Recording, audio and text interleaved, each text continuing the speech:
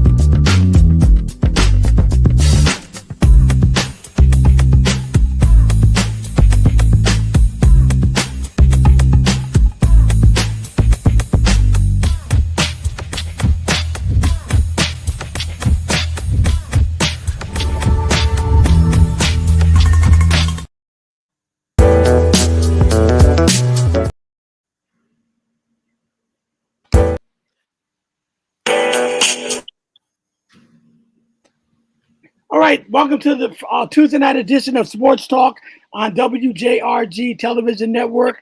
I'm Dr. Jerry Green. I'm in my home studio, and I want to welcome these guys. I have Bruce Austin. We have Big Don from Big Don Production and Kendall Tyson in the studio. How you guys doing tonight?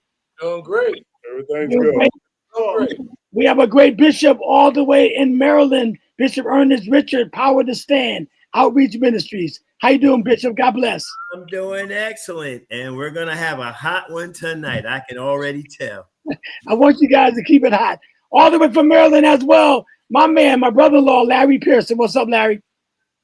Hey, everything's everything right now. Everybody got a chance to win.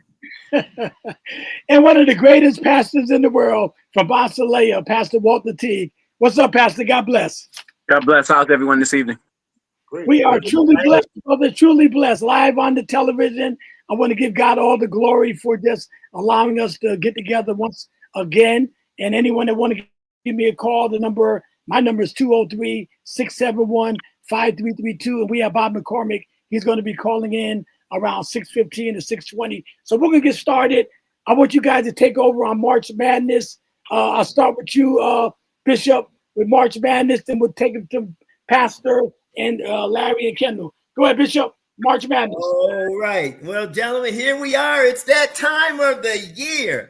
Your superstars in the NBA are a result mostly of the guys who are coming out of college basketball. So here we go.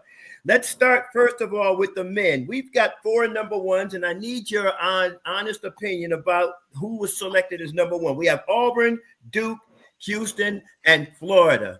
Let's start in the studio with you three guys first, and then we'll come outside to the other guys. Start with you, Kendall. Your take on Auburn, Duke, Houston, and Florida being listed as...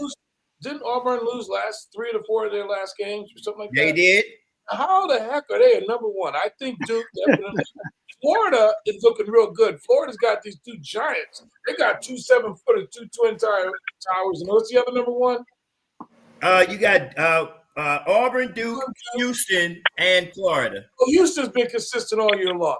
I just question the Auburn situation. I think Alabama should have been the number one over Auburn. And they got 14 teams in the SEC. Out of 16 teams, 14 are in there. And here's the question. West Virginia is not in March Madness. What's that all about? Okay. Yeah, I would agree with you on that. What do you think, Don? Well, I'm not into it as heavy yet as you guys, so I'm a little bit behind. I'll catch up, though. Doing March Madness, I always do. But all I know is Duke. What's that boy name from Duke? Cooper Flag. All I know is Duke got Cooper Flag, and they look really good. And Bruce told him about him last year. He talked about him last year. But North Carolina should have never made it in. No, well, we'll get to that in a minute. We'll get big time games. Give me a minute, Larry. We'll get to that in a minute because in the North Carolina of all teams is in the play-in game. Oh my goodness. We'll get to that. Bruce, your take, bro.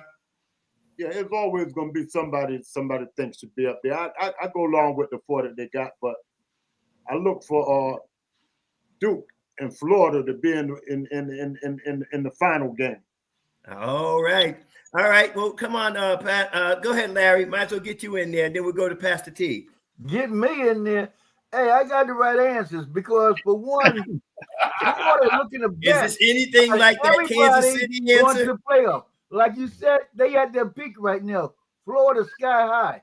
And I Yeah. think right now they can beat anybody. Okay. Duke Flag it still has an injury, lingering injury, and we don't know how much we're going to see him. And if it's too painful, he's not going to push himself, I don't think, because of the draft coming up. And besides that, the SEC got a bunch of gangbusters. And the thing is, everybody was beating everybody. So they decided, since Auburn kicked everybody's butt during the regular season, they're going to let them be the number one. Houston, I'm not really sure about Houston. They had a great year, but I don't know if they really can compete with some of the top teams out there. So my hand is saying that you better go with the Gators. Gators got to eat good. Pastor T, what do you think, my brother? Yeah, I agree. I agree with just what he said. Auburn was beating everybody in the regular season, so that's why they're the overall number one. I go with that. And then you got Houston, Duke, and Florida. I got Florida winning the title. I mean, Florida looks good. Florida's probably the hottest team there. But North Carolina was playing good. That's how they got in. They had a horrible season, but down the stretch they played good. The AD was one of the chairmen of the selection committee, so he said he didn't have anything to do with it, but it is what it is. It was a shock that they got in it, but they were playing well coming down the stretch. He said he didn't have any juice in it, but yeah, they got in there. So, but I think Florida. I got Florida and Duke in the championship. All right, Jerry. No, I'm out of that. I told you I haven't followed back to March Madness, bro. You So can have speculation from what you know, so give us speculation. I don't know anything. That's just All it. right. I feel bad about that. Now, I'm going to come back to our final four picks for the minute in a few minutes, but I want to get this in. Here's your number 2 line. You got Michigan State, Alabama, Tennessee, and St. John's. And let's go with you first of all, Larry. Which one of these teams should have been on the number 1 line, but was put on and is going to cause a problem for any one of these other teams? Everybody know that answer. That's Alabama. Okay. That's Alabama without a doubt. St. John's got a good team, That's the one. but sometimes they don't kick on all cylinders. They got a great defense. The offense sometimes spotty. Michigan State, everybody says they got a good shot, but I don't think they ain't got enough on their team to do it, to pull it off. And those are the only ones I think the number 2 seeds that can cause some problems. Okay. How about you, Pastor T? Yeah, I agree. Alabama. It was a toss-up probably between Alabama and Auburn for that 1 line, but Alabama, and they were there last year. They had a deep run in it last year, so I think it can cause some problems. I'm just glad to see somebody from the Big East out there, man. St. John's doing good. Rick Pitino, man, brought another team to the tournament. So, I mean, he's a great coach. Yep. There you go. All right, let's go in the studio. How about you, Bruce? Don't count either one of them out. All 4 of them. You said Tennessee, Alabama, St. John, and who's the 4th one? St. John's. No, I got that one. Was it Okay, Michigan? Michigan State, Alabama, Michigan State. St. John's. Listen, Tennessee was the number 1 in the country one time. Yep. Alabama was number 1 in the country one time. Yep. St. John's was dominating the Big East. Yep. So any one of them could win it. They got some good teams, and this is gonna be very, very interesting. All right. You know, All right. there's How about you, nobody Don? that's for sure gonna win it. Well, I always have to go with Alabama on that. I did follow them. I'll follow Alabama. You're not from I'm Alabama. Alabama. Right? I'm from Alabama, so I will follow Alabama. But that's what I got to go with. Well, They tough too, man. They tough. I have an interesting stat line that Don should know. Uh-huh. In your era of the NBA, there's a player from Alabama named Robert Ory who has more rings than anybody else that played, and he's from Alabama. So now I'm just going to give Don the brownie points, but I'm going to agree with Bruce. Anybody can do it because St. John's did their thing in the Big East. Alabama should have been the number one. Tennessee's looking good. Michigan State, and well, what about Michigan too? I mean, they're looking good. That's what that's the beauty of March Madness. Nobody has ever got a perfect bracket. You know, you just don't know. And they're playing their hearts out. So this is where names are made. Yeah, they got some tough teams. All right. They got some very tough teams, even some tough mid-majors that are going to be playing. One thing I want to do with the play-in game, and then I'm going to go for your Final Fours. I mean, in the first one, in the South region, you've got, oh, God, I can't think of the name of that team out there that's playing Auburn. The winner of that has to play Auburn. I think is it Alcorn State or St. Francis out in PA? Now, we all know we're not expecting much from there. American and MSM, I can't think of who that is, but they're also playing out there for the right to play Duke. MSM, isn't that Mount St. Mary's? Mount St. Mary's. No, that's not. Mount St. Mary's is already in. I think they're in as a 7 seed or 8 seed. No, that's not Mount St. Mary's. That's St. Mary's. That's St. Mary's. Okay, get me correct on that. But no, that's out. This one's out of St. Francis, out of PA, not Mount St. Mary's. And I'm bringing this up because you made mention of it earlier about UNC being in a play-in game along with Xavier from the Big East. Two teams that can probably upset a bracket because they're not bad teams. The problem is they couldn't get over the hump when they needed to. So I'm telling you now, my bracket busters already are going to be UNC and Xavier working right there. But what I wanted to get at, you mentioned Michigan State. They got 2 6'11". One's a power forward, the other's a center. I don't know. And believe it or not, their power forward is actually can be a guard and can bring the ball. I'm sorry, I got it 6'11" guard and a 6'11" power forward for Michigan State, which is going to pose some problems in the half-court set when you pay close attention to that. I agree with you. Alabama could be the difference in this. If Cooper Flag is decent, I ain't got Duke going past probably either the Sweet 16 or the Elite 8. One of the two is going to be the end of the road. I got Auburn going out in the round of 32, believe it or not. Florida looks to be the winner. St. John's will make some noise, but they won't get very far. Calvin Sampson always has Houston ready. So we don't know. And for the bracket that they're in, Houston has the easiest run to get to the Final Four. The question is, can they get there? Now I want to do a home base thing. Huh? Say it again. There ain't no easy brackets. No, what I'm saying. They got Tennessee sitting in there. I know they do. Right. That's why I got Tennessee beating Houston. Yeah. And a lot of people got it, but I got Houston taking out Tennessee because Tennessee can be schizophrenic. And I've watched a couple of their games. You know, they have these long 2-3 minute spurts where they don't score. And if they have that in the NCAA tournament and they're playing a hot Houston team, it's going to be real hard to recover. Houston's the kind of team that if they can get their foot on your neck, they're going to keep you down. Yeah, they got a great coach. Great coach. Tennessee is good. Yeah, they good. I watched them play. It was just the other day they played. I watched them. Yeah. And like I said, they have them 2 or 3 minute spurts in the game where they go. Final thing now, as a home base, we all know, and if I say we all root for UConn, but the truth of the matter, there's going to be no three-peat. Larry, you can relax. You ain't got to worry about it because they're playing Oklahoma Friday at 9 o'clock. Should they get past Oklahoma, their next opponent is Florida.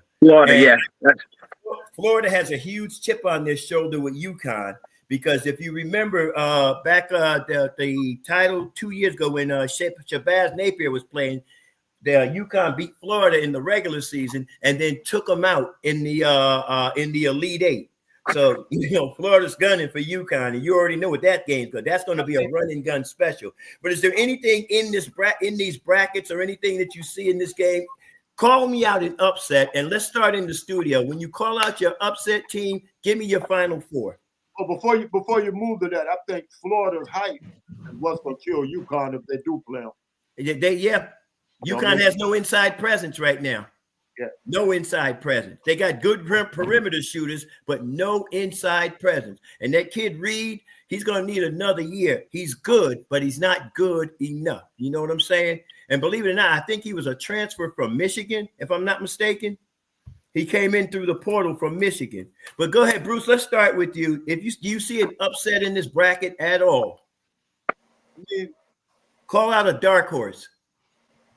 I can't really see a dark horse because a lot of these schools you don't get to see play, but they're tough, man. Like you said about Houston. Houston with Calvin Sampson, man, they tough, man. And if you look, all the old school coaches that got in some kind of school violation, they went somewhere else, like Rick Pitino, you know what I mean? And Bruce Pearl with all, you know what I mean? Them guys were good coaches, man. So anybody can get you. Anybody can get you any given game in this. All right. What about you, Don? I'm gonna go with Tennessee upsetting Houston there. Okay. All right. Well, isn't Tennessee number 2? That ain't a dark horse, though. Tennessee was number 1 in the nation this year. Yeah, that's not a dark horse. That's a dark horse, right? Yeah, I think Tennessee the favorite. Right. I thought Tennessee was a dark horse. You guys were saying Houston were gonna win. No. We said I picked them, but Tennessee was number 1 in the country for a while. Yeah, in the country, yeah. They're number 2 seed. They can't be a dark horse. Well, I saw them play Saturday, so I just jumped on the bandwagon. There's nothing wrong with that. Well, come on, Kendall. I want to make sure we utilize the time we have available good. I'm not going to take the easy way out, but of all the years that I've ever been following the Final Four, there is no Houston, Georgetown, being upset by Villanova. There's no clear-cut winner in all of this. Mm-hmm. You got 14 teams out of the SEC. I think the world would love to see Alabama versus Duke, to see Cooper Flagg and Josh Broome, the two players here, going at it. I can't even call it, man. So I'm just going to give you a generic Final Four. I don't know if I would hope that I would love to see Florida with those 7-footers out there. I would like to see Houston over Tennessee, because I would like to see another team from Houston besides Phi Slamma Jamma out there. Out of the SEC, I would like to see Alabama and I would like to see Duke. Those are the teams I would like to see. I can't call them because I want to see Cooper Flagg on the big stage. I want to see Josh Broome out there, and I like those 7-footers on the Florida team and the other team. That's the only reason why I like it. Now Josh Broome, what is about his 5th or 6th year, I think, right? Might be, yeah. Yeah, Might be. Now he and Cooper's first year, right? Yeah. And then both the years of the years, right. Right. All right, Pastor T, what do you got for us? Yeah, I got Grand Canyon. That's one of mine for a dark horse, and I got Yale, not to win it all, but to win around. Yale's going there for the 2nd year. They got a great coach. Jones is a great coach. And they've been there before, and they got, guys that have been there. And I think they're going to win their first round. I think they're going to upset. Mm-hmm. I think Yale's going to win, beat Texas A&M. But I got Yale and Grand Canyon. Grand Canyon got grown men playing for them. I seen them last year. They won a couple of games too. So those are my dark horses. My Final Four, I got Auburn, Duke, Florida, and Tennessee. Okay. Good All for right. Auburn, Duke, All right, come on, Larry. What you got? I gotta go with my number 1 favorite is Florida. Okay. No doubt on that. I'm picking Tennessee to upset Houston. Okay. Duke's gonna make it in there, and one of my dark horses is VCI. VCU. VCU. Yeah, They're VCU. gonna upset somebody. They're gonna come out there, and every year they upset somebody. Every year. I got them too. I got them beating Wisconsin. This year, I think they at least make it to the 8. All right. Well, I'm going to put it to you like this. And I looked at the brackets. In the 12-5 region, and there's always been a 12-5. Always 12-5. Always. You got in the first 12-5 Clemson and McNeese. And I think McNeese is going to upset Clemson. And then you got, of all people, Liberty playing Oregon. My question is Oregon going to be strong enough? Liberty's not a great team. They're a good team, not a great team. So you got to keep your eye. And these are bracket busters in the first round I'm talking about. Another 12-5 game, and I don't expect any different. UC San Diego should be able to take out Michigan. They shouldn't be. Michigan should be able to take them on. I'm sorry. And I go with you, Pastor T. I think Yale will take out Texas A&M. And then I think UNC is going to take out Ole Miss, because Ole Miss and UNC much play the same game. The difference between them is UNC has a much stronger inside presence. One other one I looked at, and I'm going to pick my dark horse in a minute. Colorado and Memphis is an interesting game, but the thing is, Memphis is a fast-scoring team. And if Colorado gets off to a slow start, they can. If they're down 12-14 with 4 minutes into the game, just go take a shower. It's over. But anyway, Timmy Hardaway got Memphis, right? Yeah, man, yeah. And that forward they got, that forward center, he like Magic Johnson, man. That boy nice, man. Yes, he is. Yes, he is. Now, the other one I was looking at, the play-in game, Texas and Xavier, the winner gets Illinois. And I don't think Illinois is not going to be able to beat either one of those two teams if they're on point. So that's another bracket buster to look at. But now, unrealistically, please listen to me, gentlemen. I'm dreaming, but let me dream, okay? Unrealistically, I'd like to see Auburn, Duke, Houston. It's going to be Florida, but I want to see UConn, but it's just not going to happen. No, it ain't going to happen. It's just not going to happen. St. John's can slide in there too now. But and I got St. John's. That's the other side right there. St. John's is a very dangerous team. That kid, Richmond, and the other one, Lewis Jr. That kid, I mean, he's a phenom. Let's wait and see what happens. But that's what I got for that. Now, very quickly, I'm not going to go through the whole bracket. Look at these matchups in the women's side so we can do this real quick. You got in the Spokane region, you got UCLA and NC State is the number 2 team. In the South region, I believe it is South Carolina. Duke is the number 2 team. And when I get to this last one, we're going to talk about that one. Texas and TCU. Texas 1, TCU 2. But now here's the matchup. People are hoping this is going to happen, but it can't. It can only happen in the I think the Elite 8. USC versus UConn, the rematch. What do you think of that one? Yeah. Anybody? Just start off. That's going to be the game. Paige Buckets versus Juju Watkins. That's going to be the most watched game. And whoever goes on, like I say, this year you've got a Los Angeles rivalry. UCLA, USC. USC regular season. And UCLA won the championship out there for the first time ever. There's never see what was good about this year is USC and USC-CLA have never been 1 and 2. UCLA was never 1. USC was back when Cheryl Miller played, and Auburn and Alabama for the men in the SEC. So that's what's unusual about this year. So South Carolina is still out there. You know, UConn is looking good.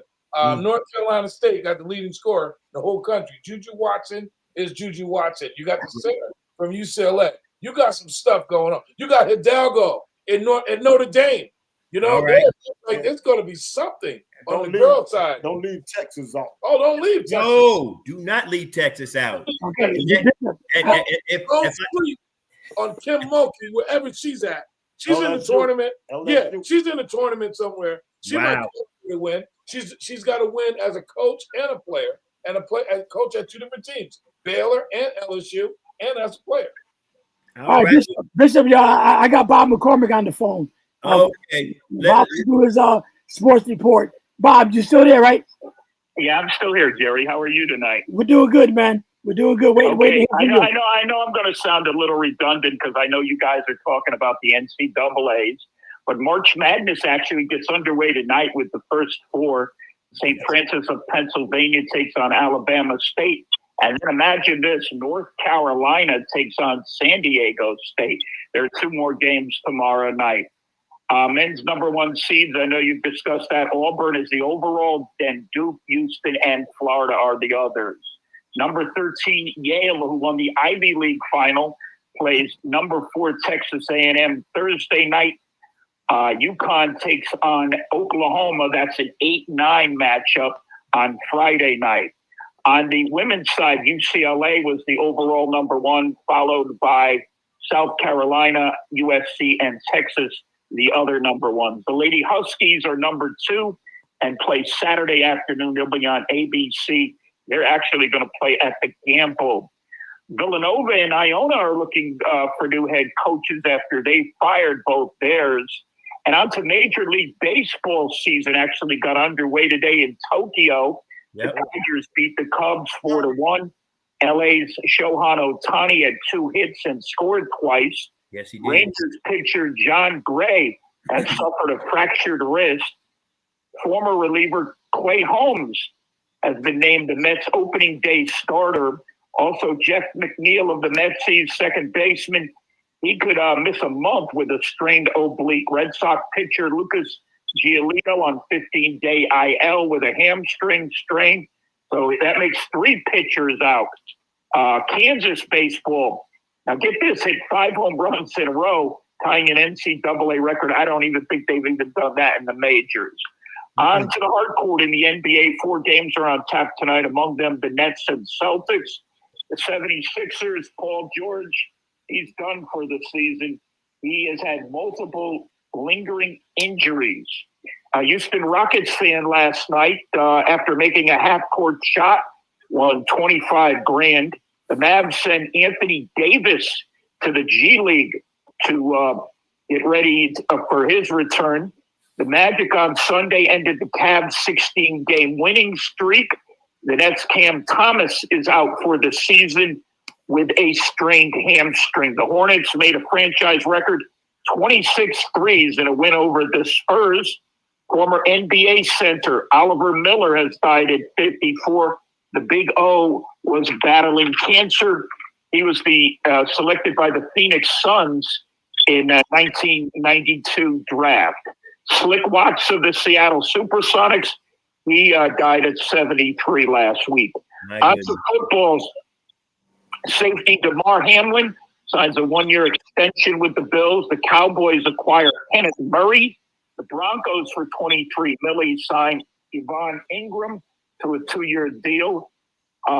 Patriots quarterback Mac Jones, 2 years, $7 million with the 49ers.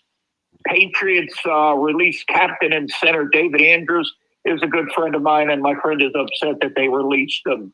The Eagles signed former Giants Adoree Jackson, and now today announced that they've gotten Azeez Ojulari. Phillies defensive end Brandon Graham retires after 15 seasons. Big Blue are eyeing quarterback Jameson Winston.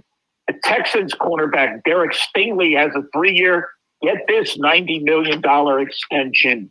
The Bengals signed both Jamar Chase and T. Higgins to contract extensions. And the Raiders signed Amari Cooper onto the ice in the NHL. Islanders, Penguins, Flames, Rangers tonight. Devils won, Bruins lost last night. The Phoenix Mercury are retiring Diana Taurasi's number 3. Down in Florida today, the Yankees and Red Sox tied at 4-4. Actor-comedian Tracy Morgan says it was food poisoning that caused him to get sick courtside during the Knicks-Heat game last night. They had a delay because of that. And Notre Dame of West Haven boys basketball ends up as the number 1 boys basketball team in the state after beating St. Bernard's this weekend at Mohegan. And also, we got to congratulate the girls up on the hill in Hamden, Sacred Heart. They also won the Class XXL girls final. And that's all the sports I got for you, Jerry. All right, Bob. Thank you very much for your sports tonight. Go ahead. Right, Bob. Well, let me wrap this up and then we can move on. And Bob made mention of something that I want to kind of make mention of now. San Diego State, believe it or not, played UConn, a couple of years ago for the national title. And now they're dogfighting their way in a play-in game, man. Does that tell us anything about the balance of college basketball in this day and age? 1 minute you're on top of the hill, the next minute the hill is on top of you. Come on, let me start. And I know, Brother Larry, we'll get to you in a second because you didn't get to finish with the girls. So let's answer that question real quick, and then let's get Larry and then Pastor Teague, and then I'm gonna turn it back over to the studio. Well, Larry.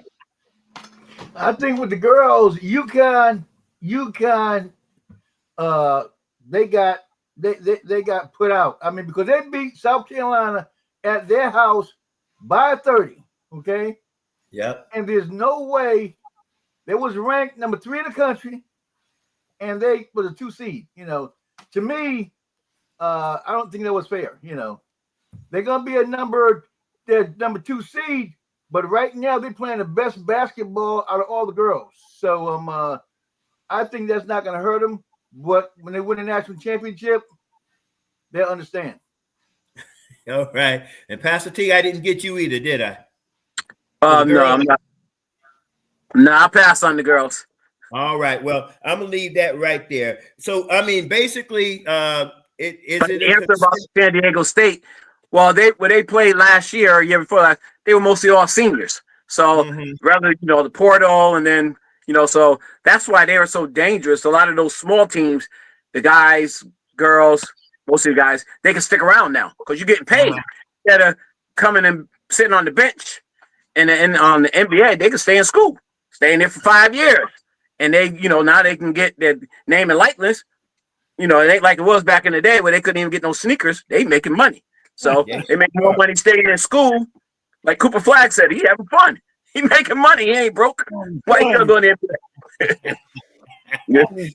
All right, gotcha. Anybody else on that comment before I turn it back over to somebody in the studio? Because, I mean, I find it interesting. Texas, Xavier, San Diego State, North Carolina, all have potential to go far, but they got to play their way in to even get a chance to go anywhere. Any other comments, anybody? Yeah, but it's like that every year. It's always somebody that should have made it that don't. Yeah. Go ahead. I'm sorry. The thing they got to do is they got to play their way off that bubble before it comes to that. Yeah, you're right. You know what I mean? Agree. You can't lose 8 or 9 early and then win the last 3 and say you're ready. I got to agree. Anybody else? I think since the name, imaging, and likeness thing showed up, NIL, and they're making money, I think they're taking this thing a little bit more seriously. That's a parity. Because to be perfectly honest, you're watching the game nowadays, they're playing. Like you said, when you said don't forget Texas, you can't forget anybody out there. This is one of those years in which I guarantee nobody can call it. I guarantee if Alabama wins, and only the people in Alabama would have done that, would have known that, because they're from Alabama, and then they're going against Auburn. They have that rivalry. But this year, I can't call it. I just can't. Like you said, the UConn girls are playing the best. But UCLA, USC, I mean, look at these girls, man. They're doing it. South Carolina. Yep. UConn did beat them. UConn has this unsung player that I don't know why no one's talking about her, but she is Sarah Strong. Number 25. Yes. Have you seen her footwork? You see how she plays? Not only have I seen her footwork, but have you seen her ball control? This young lady has strong hands. You hear me? She has very strong hands. When she goes up, she's taking you with her. All right. So you're gonna foul her, but she's taking you with her. She's somebody to watch. Paige Becker is starting she's turning into a sharpshooter. AG Fudd is coming off the bench, and then they have the girl from Thailand, or I think she's from Thailand. I can't think of her last name right now. She is starting to light it up. So UConn will be a team to watch. If I had to pick a dark horse, and I'm only going to go with what's on the page right now, UConn can win a national title. It's not a dark horse. They got the best team in the country. No, I'm going to tell you honestly, USC, South Carolina, UCLA are not easy. Those are not easy. They ain't no dark horse. I'm taking them for a dark horse. I'm taking them for a dark horse. No, you try to win some money, that dark horse. All right, okay, all right. I'm going to move on to Bishop. Go ahead, Cole. Go ahead, Jerry. Okay, I mean, you guys, I love this March Madness. I love you guys. That's why I had y'all do your thing, man. Talk about the March Madness. Pastor, I got a question for you, though. Your boy, Austin Reeves, man, how good is he? Is he the next Gail Goodrich for the Lakers or what? Yes. Austin Reeves. Wait, listen. When they drafted him as a rookie, I said, boy, they got a steal there. I never even heard him before, but he's balling. He's making a difference right now as far as with LeBron out. He's really stepped up his game, scoring. He's fearless. Got handles. I like him. Yeah, I like him. And him and Luka put them together. They like each other, man. Is he better than Gail Goodrich, though? What do you say? Is he better than Gail Goodrich? Remember Gail Goodrich? And Gail Goodrich, he's bigger than Gail Goodrich, man. Yeah, he's better. Gail Goodrich mostly a shooter. Yeah, Gail Goodrich. Like you said, right, go ahead, Bruce. Talk about Austin Reeves. You impressed with him? Played with that ball, man. He got that handle and everything. I was telling y'all about him a couple of years ago. Y'all laughed at me. Yeah. You know what I mean? Yeah. But I think D. Russell was holding him back. The best thing they could have did was got rid of D. Russell, man. He was holding Austin Reeves back. Okay. Go ahead, Don. A seasonal player. I want to see him in the playoff. That's when I'm going to get convinced. Right now, I'm not convinced. He played good last year, and the year before that, he played really great. So I saw all that. But playoff time, I haven't seen him produce yet. So that's what I want to see. Yeah, but you should Wow, Don. He's a legitimate. They have a legitimate big three. Oh yeah, for sure. They got a legitimate. This kid has been balling since he's been there, and when you watch the game, he usually outplays whoever's on him. That kid has been something special. And you know what? Like you said, D'Angelo Russell been holding him back. But as far as minutes per game and splitting time with D'Angelo Russell, he still comes up with 20 points. Right. You know what I mean? Now he's the the third guard. He and Luka and LeBron. Luka, LeBron, Austin Reeves, Rui Hachimura, and Jackson Hayes is a solid of starting five, as we're seeing in the NBA. I am not even a Laker fan. Are you looking at that chemistry they have? Are you looking at Luka with Jackson Hayes? And LeBron and Rui hung out together all year in the offseason. So once they gel, that's the dark horse. And like I said, you got in the West, in the NBA, you literally have a solid two. You got SGA in Denver, but you got the Lakers sitting right there. You got Boston and Cleveland. And I'm not a Laker fan. I'm just watching. Let me go with Larry. Larry, do you agree with Donald that he's just a seasonal player and you want to see more in the playoffs, or did he prove himself yet? Reeves has improved himself, especially in the playoffs. When they ask him to ball out and become the man, he hasn't been that yet. He hasn't been that in the playoffs. Last year he made some noise, but nobody considered him being a man. You know what I'm saying? And at least guarantee you 20 points a game. He hasn't proved that yet in the playoffs. Wow. Yeah, this can be the first year that they took the ropes off of him in the playoffs. Before he had D'Angelo Russell in front of him and everything else going on. But another thing with LA, don't forget Vincent. Vincent been hurt the majority of the season. And Vanderbilt. Yeah, but he was with Miami Heat. With Miami. Right. And the Lakers got him. He was always hurt. But he's coming back in the playoff shape now. You see, he's shooting that ball now that they want him to. Lakers going to be dangerous, man. Right, no. I'm going with Bishop. Making a difference, man. Go ahead, Pastor. Go ahead. You said, like Bruce, I'm agreeing with. Gabe Vincent's making a difference. Last year, he played like 5 games all year. But now he's actually getting back into shape. He's making that open three now. And don't forget Connect, man. Connect can shoot the rock, man. Yes, he can. They got shooters. But I'm going this is the best shooting team they've had in a long time. Right. Bruce made a good point. Outside, yeah. D'Angelo Russell, he just shoot the ball a lot. They got rid of him and they brought in Luka. Now Luka will get them guys involved. All them guys get a lot of wide open shots because of Luka and LeBron. Go ahead, Bishop. On Austin Reeves. I saw, and I literally saw part of the game, but I saw the highlights this morning. And Luka and Austin Reeves are a great combination. I was impressed how Luka was able to find him on a moment's notice, and Reeves responded each and every time. And I noticed in one of the highlights, he played a little bit of defense. I don't know how much defense he plays, but he played a little defense. So truth of the matter is, I got to legitimately say the Lakers can be a problem for somebody, at least in the first and possibly the second round. So we have to wait and see, It could possibly be a problem. A major problem or just a problem? Just a problem. I don't want to say major because, any given Sunday, we know that little theory right there. But for what I've seen of the Lakers in the last week or two, yeah. And LeBron, when he comes back and gets back, I'm just going to assume that's just an added headache for whoever they play. Okay. I love to see the Lakers and the Warriors because, to me, that's a good matchup right there. That is. It'll be a great matchup. Very good matchup. All right, let me just say this is our sports talk on the WJRG television network, part of the KMI Kingdom Media International. And we're excited tonight on this Tuesday. And join us again on Friday. And also, if anyone out there would like to be a sponsor and get your business a part of Sports Talk, give us a call at the office at 203-875-0520. Now, this is going to be a juicy one here now. I don't want you guys to jump on me. This guy I really idolize. I love his play, but I think the brother is hating right now. And I hate to say it like that, but Dr. J, I'm going to start with you. I'm going to go with you, Bishop. Julius Erving leaves LeBron out of his all-time first, second, and third team. He is the guy that lead the charge in teams in terms of super teams being put together.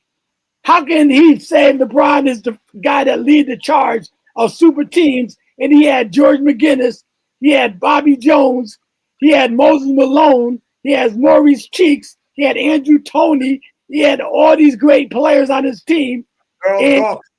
Darryl Dawkins, and you're going to say LeBron started the super team.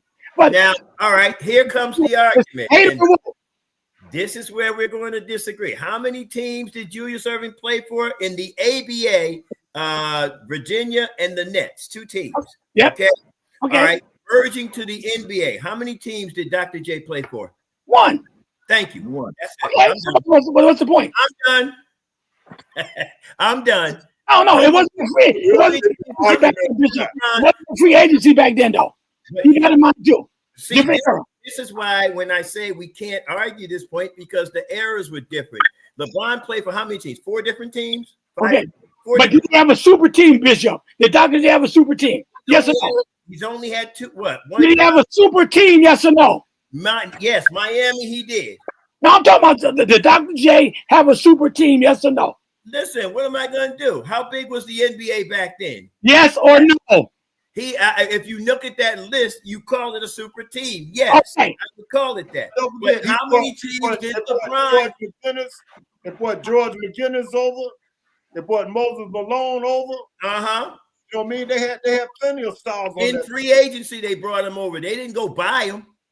So what? How you get him? You get him. You get him. Yeah, but LeBron left. Every time LeBron left, he was a free agent. Yeah, I gotta agree with that. Every time. I gotta agree with that. He fulfilled his contract, and he left as a free agent. Listen, but see, the one thing I don't agree with, if LeBron isn't on that first team, he's got to be on the second team. That part, I disagree with Doctor in that respect, because LeBron is a top 10, top 15 player somewhere in the neighborhood. But he left off because he said he'd like to build super team. Larry, give me your point. I'll go with Bishop. Pass. Which means he's just a hater. The Doc is a hater. Let's I give you a second time. Go ahead. I think Dr. J is hating right now because he's saying LeBron has played for so many years to get all these records. I think, he's not even looking at all his accomplishments. And, he's still going to continue to break records as long as he plays. And Dr. J, a little hateful of that. Go ahead, Pastor. What do you think? I'm sorry. Go ahead. No, he's definitely hating because, and like Bishop said, if he's not going to be on first team, he should at least be on second. That's definitely, that's right there. It just tell you, he's hating on him. As far as the super teams, it's always been a super team. The Celtics back in the day had a super team. Right. I mean, I'm not even talking about the Larry Bird. I'm talking about the KC Jones, that team. Right. Sam Jones. That was a super team, man. Right. Go ahead, Bruce. What do you think? Go ahead, Bruce. Yeah, I'm saying the difference with them guys talk about super teams is they had so many guys back then, man. The Lakers, all them guys had super teams, man. Most of them guys went to the Hall of Fame. You know what I mean? But they never really mentioned the big one when they brought Kevin Garnett from Minnesota. And he even said it, if you don't get Ray Allen to go with me, I'm not going. Uh-huh. So nobody never mentioned that, but that's when it really started to say these guys matching up with each other. Mm-hmm. But Bruce, even going back, like I said, to the era with Charles Barkley when he left to go to Houston, the hookup with Elijah Wan and them, then the Pastor brought up, even with the Lakers, Bob McAdoo, Michael Cooper, and guys like that. That was a super team. So some guys, they got no reason to talk about nobody else trying to build a super team, and they played on super teams, And right? don't forget, Karl Malone and Gary Payton went to the Lakers too. Right. Go ahead, They were Don. washed up when they went though. They was washed up when they went. And Shaq messed them up that year. Shaq and Kobe. That was messed them just up. like Carmelo Anthony. They was washed up. They weren't in their prime. Go ahead, Dr. J hating down to what? Kobe and Shaq to get them a trophy, and Kobe and Shaq let them down. Right. They should have won that year. And Jerry, Don, is Dr. J hating though or what? and Jerry, that's what I was gonna say. Now, the difference with that is Dr. J talk about how many years LeBron played, right? Yep. But the difference with that is not one other player that played. Kareem played 20 years. Kobe played what, 20? 20 years. Yep. So the difference with that is a lot of them guys, when they got up there in years like that, they was on their last leg just hanging on. Exactly. LeBron's still in the top. The top, any number you want to put him in, he's a problem with these guys today. I mean, the Lakers had to slow the ball up so Kareem could come down and catch up. You know what? Leave Kareem alone. Leave Kareem alone. Though. Why do you guys think of it? They hate on LeBron though. See, like I said, that's what we said before. You know, I mean, when you say about Michael, everything is perfect. And LeBron, they try to find excuses. That's the only thing I get upset about. You know what? Because, the only reason why they're doing this. let me go with number two. Go ahead. Realize why they're doing this. I mean, first of all, LeBron came straight up out of high school, so he already has a 8-year advantage. Okay, well, actually a 4-year advantage. He wasn't the only one that came out of high school though. No, he wasn't the only one, but he's the only one that came out of high school at high level impact and $400,000 in his pocket before he left high school. Yeah, but Kevin Garnett, Kobe Bryant, both of them came out of high school. Yeah, Dawkins came out of high school. Most of them came out of high school. Let me ask you a question. Came out of high school too. With those guys, how many of them guys came out of high school with a $400,000 purse before they even got to the NBA? What's the point you're making? You're wrong. Yeah, but that don't make them play good. LeBron had his own personal NIL before he left high school. So that's reason to be jealous of him?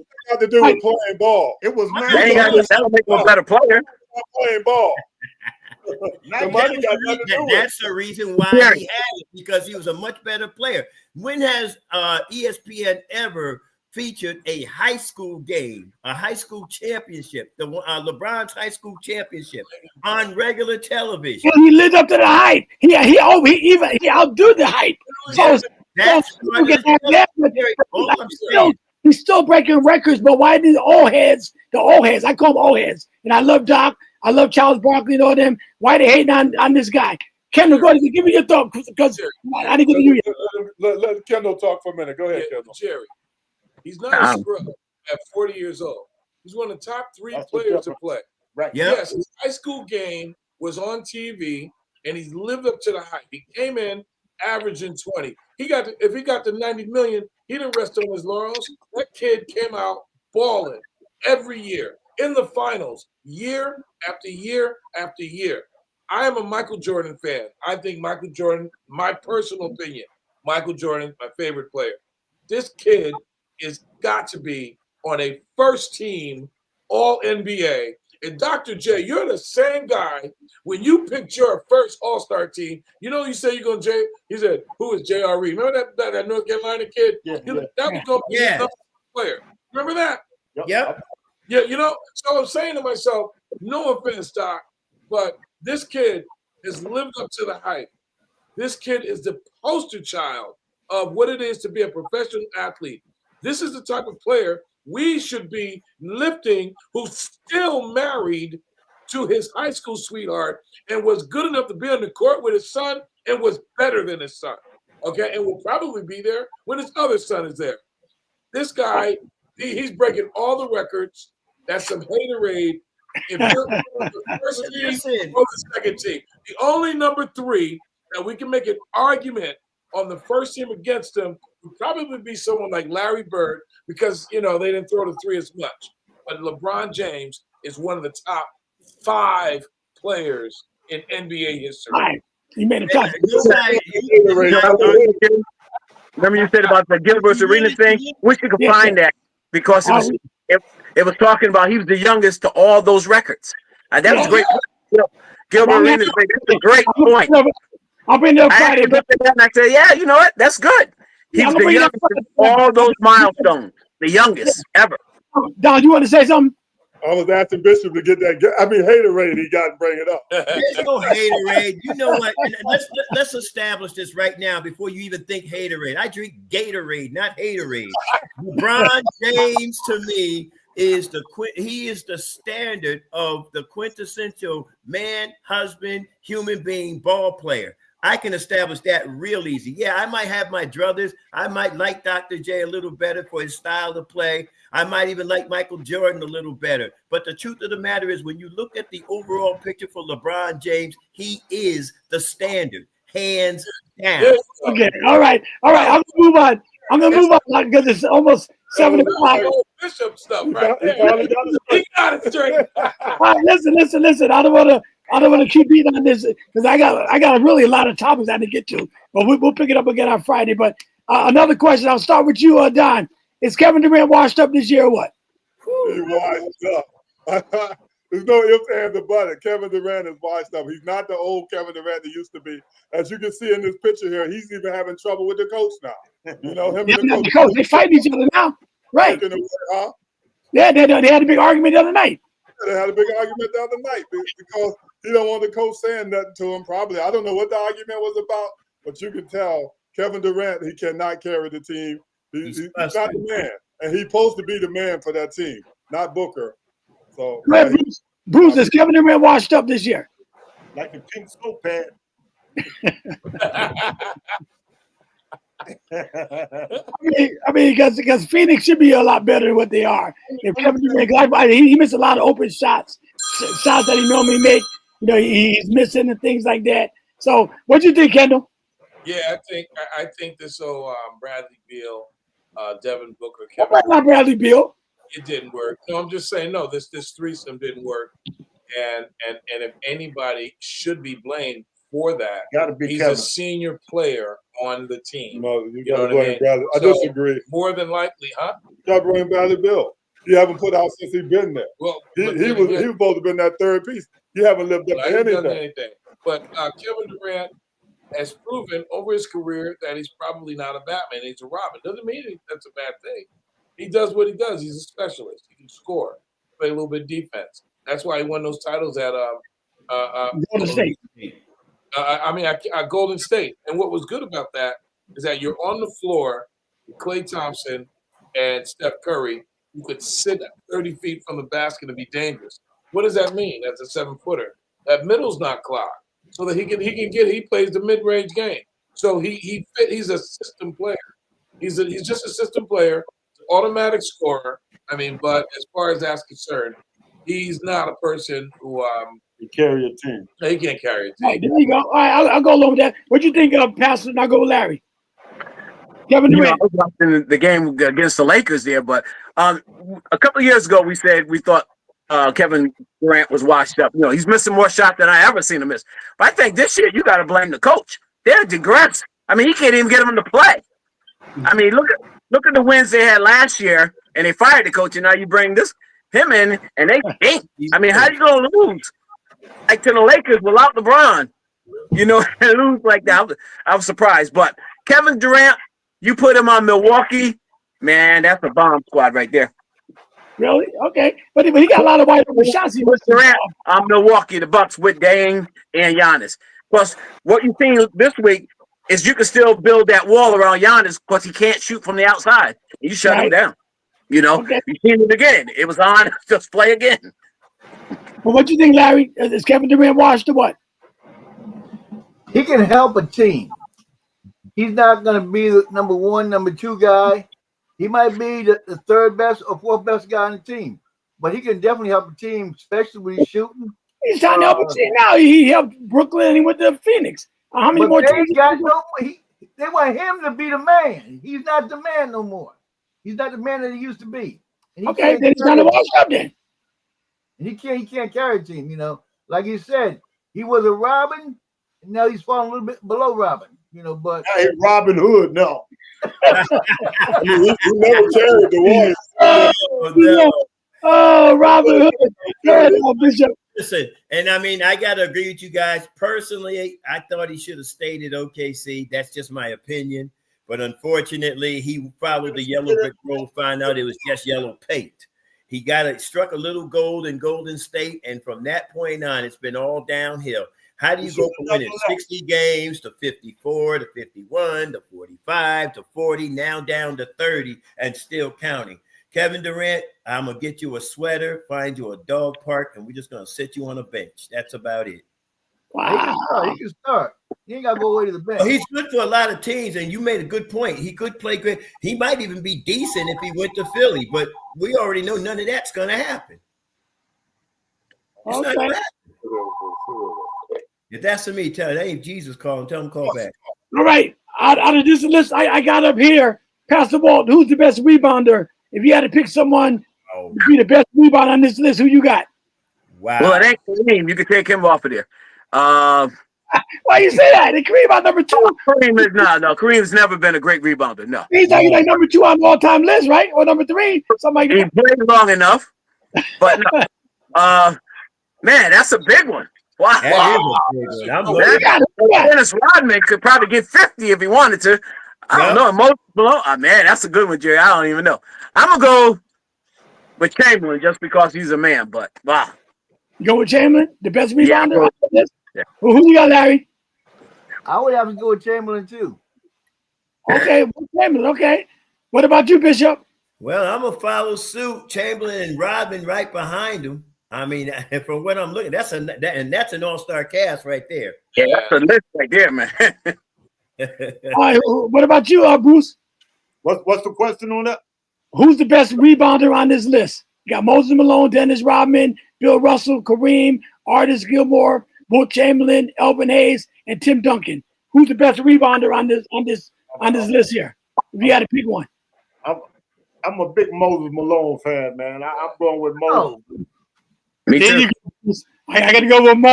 All right, the most fights probably, but go ahead. Go with Chamberlain, though, man. Chamberlain get 50 rebounds in a game, man. Yeah. I love Moses. I'm going with Chamberlain too, man. Out of that list, I would go with him as the best rebounder because he played inside too. I mean, I like Moses too, but Moses was tough. I actually think Chamberlain would have got over Moses and got that ball. Yeah. I love Moses too, man. The reason I picked Moses over Chamberlain is because Moses played under stiffer competition than Chamberlain did. Most everybody Chamberlain played with was much smaller than him. He only had 6'9". Yeah, Moses had all the bad boys. Everybody on that picture, Moses had to play against. I'm gonna still stick with Chamberlain on that one. Yeah. Okay. Well, I like even Dennis Rodman was a great rebounder, to be honest. Because everybody talk about Michael Jordan, but Dennis Rodman averaged 18 rebounds a game.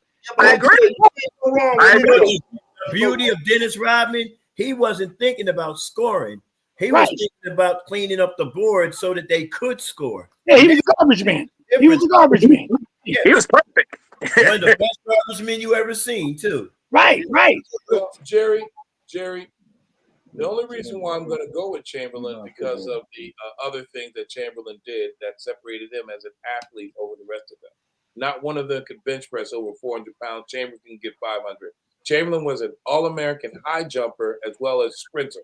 I think, because he was 7 feet tall, he averaged 30 rebounds a game. I don't think it was because he was 7 feet tall. He was that much of an athlete. He was a great athlete, What he was in volleyball, what he was with the Harlem Wizards, and like I say, the intangibles he had on the track field. You see that man run that 200-meter dash. He was a sprinter, 400, 200, 400, 800. Did he throw the javelin or something? No, he did everything. He also did the high jump higher than anyone else. And a lot of times, the high jump guys aren't no 7-footers or anything like that. No. They don't enter the dunk contest. That's why I think. And he got those rebounds, but Bill Russell was out there. Bill Russell got a lot of rebounds too. But Bill Russell was just active. He was only 6'9". Yeah. Bill Russell was there. Like Rodman, man, he was active. Bill, I would go just based on the intangibles. Chamberlain, but you only have a top 4 up there. You only have Mo. And we know what Moses did. Moses Malone got the rebound, tapped it off the glass 3 or 4 times, and brought it down. Come up, come down. You got Moses Malone. Then you got Dennis Rodman, who literally knew the rotations of the ball. Dennis Rodman could even Shaquille O'Neal. And to lead the league in rebounding the way he did, and you got players like Patrick Ewing, David Robinson, Shaquille O'Neal out there. Tim Duncan. Huh? Tim Duncan. Don't forget him. Tim Duncan, to me, the big fundamental, I think he was a great player. No. You were naming people he would rebound over. I was just throwing some more trees out there for you. That's all. Yeah, trees up there. So he's got to be in there. So the only reason why I'm going with Chamberlain because of the physical intangibles. That's all right. So everybody going with Chamberlain except for me, Bruce. We're going with Moses Malone because Moses was a hard worker, even though Chamberlain was, but Mo was the man, boy. I think Mo is one of the most underrated players, all right, that played the game. And Dr. J won a super team when he recruited Moses Malone. That was a super team there, okay? But I got a super team before that. He had Jordan McGinnis, Steve Mix, he had Doug Collins, he had the guards, Roby Free. He had good players, always had good players to play with him. He just couldn't beat the Lakers or the Celtics. That's all. Yeah, but he had a super team. All right, you guys, it's 7:01. But let me just do this other topic, and then we'll pick it up on Friday, man. Because I know you guys are busy. I appreciate you guys coming on Sports Talk. This is gonna be a good one, Larry. I'm gonna start with you on this one. Okay. Floyd Mayweather said he would have knocked out Sugar Ray Leonard. Floyd Mayweather said he would have knocked out Sugar Ray Leonard. Really? Sugar Ray responded and said, I knocked out your daddy, and like father, like son, I would have knocked you out too. Larry, give me your thoughts on what Floyd Mayweather said. I think Sugar Ray, the way he entertained people, he is that fast on his feet, his hands that fast. I think Sugar Ray would have took him out easy in his prime. Wow, don't let the new generation hear that though. And easy too. All right, go ahead, Bishop. You laughing? All right, I'm laughing because I'm gonna take you back to a match won by the name of Davy Boy Green, who had his mouth out on Sugar Ray Leonard. And I'm gonna throw these words at you, Mr. Mayweather. I'll give you the first 5 punches, and like a typewriter, I'll have you down in 10 punches. That's it. Wow. Go ahead, Kendall. You a boxing man? Oh, please. I mean, listen, hold on. Don't get me started. Floyd Mayweather, great boxer. No way you could have been in the ring 1976, both weighing 147 pounds. Sugar Ray Leonard could change his style. We saw him go toe-to-toe with names like Roberto Duran, Thomas Hearns, although Thomas Hearns should have won the second fight. He beat Hagler, outscored him. Sugar Ray was a brain. Sugar Ray Leonard was my personal all-time favorite fight. I scored all of his fights. There's no way Floyd Mayweather would have a chance against Sugar Ray Leonard. 147 pounds. Absolutely not. In his prime, absolutely not. No way. Too fast, too smart, too solid. He just, what people didn't realize, Sugar Ray was fast and strong. So when he was toe-to-toe with Roberto Duran, people had never seen that with Roberto Duran. Not even with Esteban de Jesus. No one stood in the ring with Roberto Duran. After a while, he said, well, you know what? I'm going to do that. He went up against the Haglers. He went up against the Wilfredo Benitez. The names that he went up against, the records that they had. Sugar Ray fought in a prime time of boxing. There is no way. Right now, he had no offense, name some really good fighters that You're not being an old head now, are you, Kendall? You're not doing it because you're old. You're not being an old head now, are you? You're not doing it because no. Stop. Listen, I love Floyd Mayweather. I love him. But Sugar Ray Leonard, tail of the tape. Sugar Ray Leonard, punch count, there's no way. No way. No one can beat Sugar Ray Leonard. Go ahead, Don.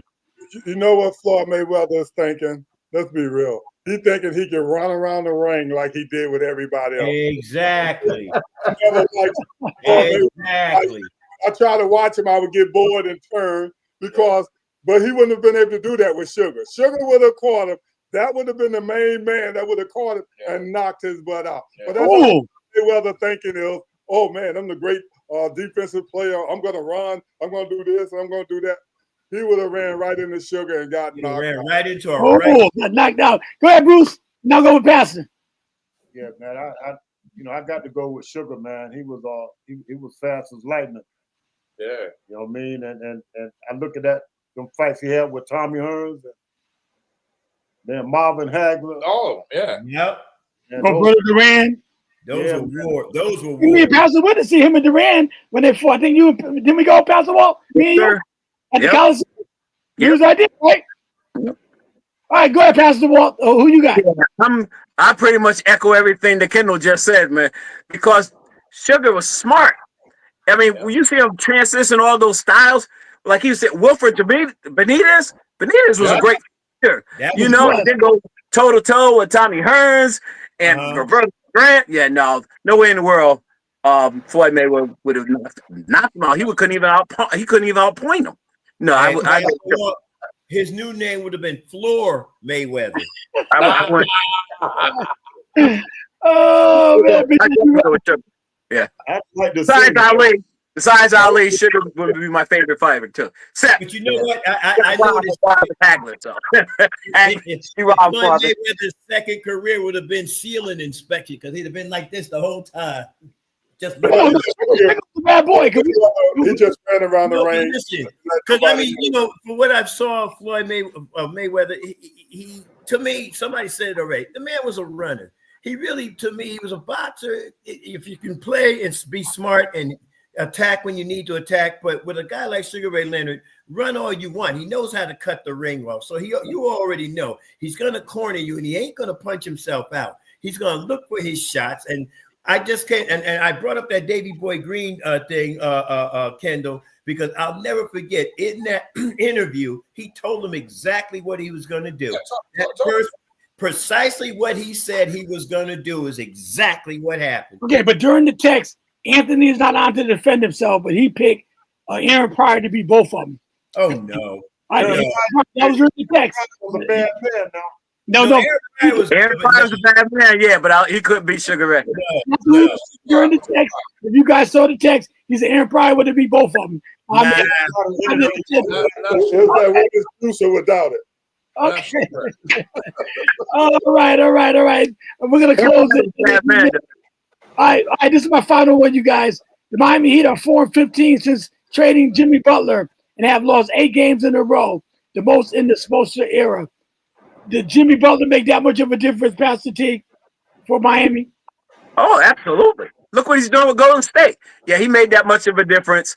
He just, he wasn't going to win the battle with Pat Riley. Simple as that. But yeah, he made that much of a difference. Yep. So Pat Riley was wrong when he told him to shut up if you're not on the court. No. Pat Riley is the boss. He wasn't wrong. Sometimes you can't have the Indians running the camp. And so Pat Riley, I'm the chief, you the Indian. That's the way it is. All right, Larry, Jimmy Butler, man, how big of a loss to the Miami Heat, man? Is Pat Riley feeling that effect right now? After the LeBron effect. Go ahead, Larry. He most definitely is.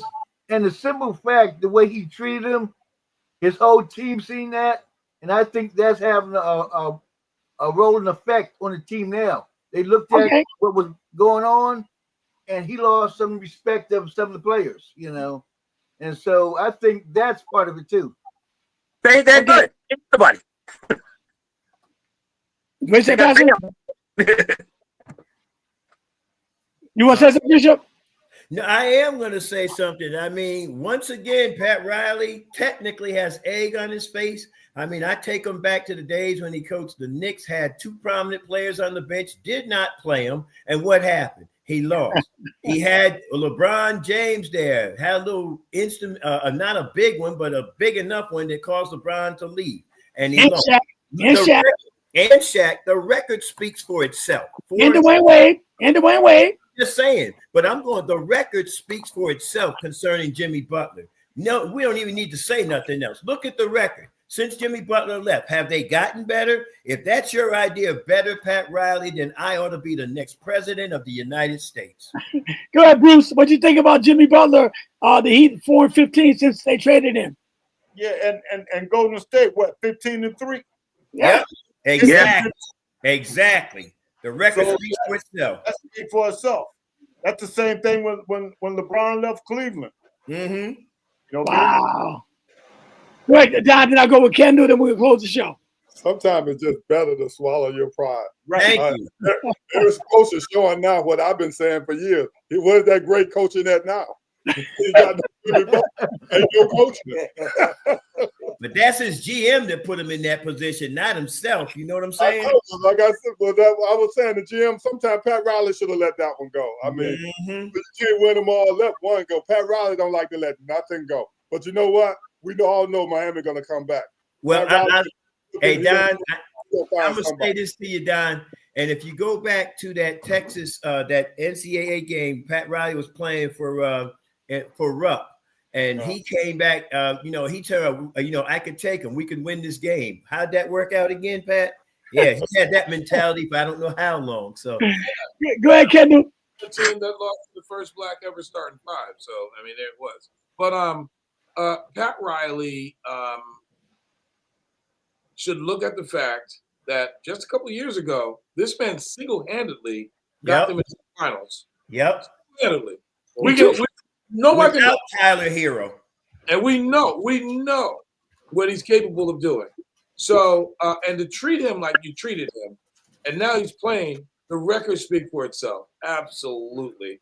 Jimmy Butler has shown that he's a both sides of the game player. When you think about Jimmy Butler going through the free throw line, he's getting rebounds, he's playing defense, he does all the stuff. I don't hear players complain about Jimmy Butler. I hear coaches complain about him because he probably has a different mindset. He probably will just do what it takes to win. And sometimes when he had that incident with Tom Thibodeau, and we see how Tom Thibodeau is playing, Tom Thibodeau is like a setting his way he wants to do things like Pat Riley. Jimmy Butler's like a free-flowing, do whatever it takes to win guy. He's old school. Jimmy Butler would have been successful in any era. He reminds me of a Detroit Piston back in the day. He would have worked well on the Celtic team or a Laker team. He fits in. So, yeah, he got egg on his face. All right. Great show tonight. I'm not going to keep you guys all night because you guys are on fire tonight, boy, man. Especially with he started off. He set it off. Yeah. Especially with the March Madness, man. So we'll pick it up again Friday. Pastor T, I'm going to bring in that flyer I had with Gilbert Arenas with the LeBron thing for Friday. I thought I would have had it with us, but I didn't. But we're gonna pick it up again Friday if you guys are available. Kendall, give us a closeout prayer tonight, bro. Heavenly Father, in the name of Jesus, we thank you for being here representing WJRG on Kingdom at KMI TV. We thank you, Father, that we get an opportunity to just share your word in sports. We are the most watched program on this network, praise God, and we hope that other people get involved with us.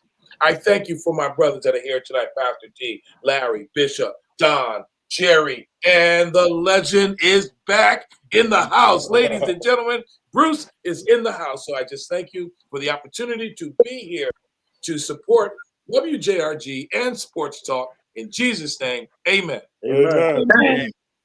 All right, Friday night, you guys, you're gonna do March Madness again Friday or what? You guys want to? Might as well, because it'll be underway. Yeah. It'll be full strength. And I'm telling you now, I'm predicting first round upsets. Oh yeah, Larry, what's the best game for me to watch? I don't watch too much college, but give me a good game to watch. Any one of them. No, not any one. I don't know the players. I want to just give me a good. We never do. That's where you get to know them. Wait to the weekend. Wait to Saturday. Yeah, no. Let them start Thursday. If you get an upset alert come across your TV, go to that game. Go to that game. You don't want to watch no blowout. Before you made that shot. Yeah, don't watch wait to Saturday. I guess those are going to be the good games. No. You want to watch Thursday. Thursday's going to be the best games because it's the kickoff. Thursday and Friday are the best games. Okay, I'll check it out. All right, you guys have a blessed night. See everybody Friday night on Sports Talk on the WJRG television network. You guys be blessed. God bless y'all. God bless.